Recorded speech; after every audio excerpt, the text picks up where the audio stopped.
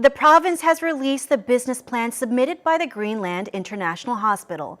The documents clearly state that the scope of patients the hospital would serve is limited to non-Koreans. However, crucial information on investments is still missing. Mike Laidman reports. The Greenland International Hospital was approved last year as the nation's first for-profit hospital on the condition that the scope of patients that the hospital can treat is limited to non-Koreans. The hospital filed an administrative suit against the province for the limitation. Whether or not the limitation is lawful is the major issue, with the plaintiff arguing that it is not. As demand for release of the hospital's business plan grew, the province has now made it public following a court ruling. The business plans clearly limit the scope of the patients that the hospital can treat to foreign travelers. In particular, Chinese and Japanese tourists are the major target market for the hospital, with Korean patients not included. The documents say that the hospital will only operate clinics that don't burden the national health insurance system.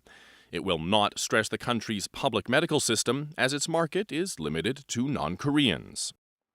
The plan also stated that Greenland would own 100% of shares, and that Chinese and Japanese companies that have experience in the field of medical business would participate in the for-profit hospital without holding any shares themselves.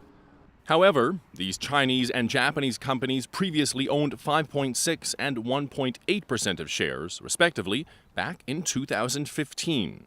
And notably, a Korean hospital has joined these companies. The roles the foreign companies take and the profit-sharing plans attached to them are not open to the public under corporate privacy policy. 계획서를 뒷받침해 줄 수 있는 명확한 어떤 이 증거 같은 형태가 이제 별첨 자료에 있는 건데, 그런 부분들에서 별첨 자료를 공개하지 않는 것은 결국 이 사업 계획서의 이 문제점들, 이런 것들을 더 명확하게 보여주는 그런 증거가 되고 있는 게 지금 현실입니다. Civic groups are preparing to file an administrative lawsuit against the province, saying that it's unjust not to release the conclusive evidence. So while the province has made the controversial hospital's business plans open to the public, with some crucial parts still missing, suspicions are continuing to grow. Mike Laidman, KCTV.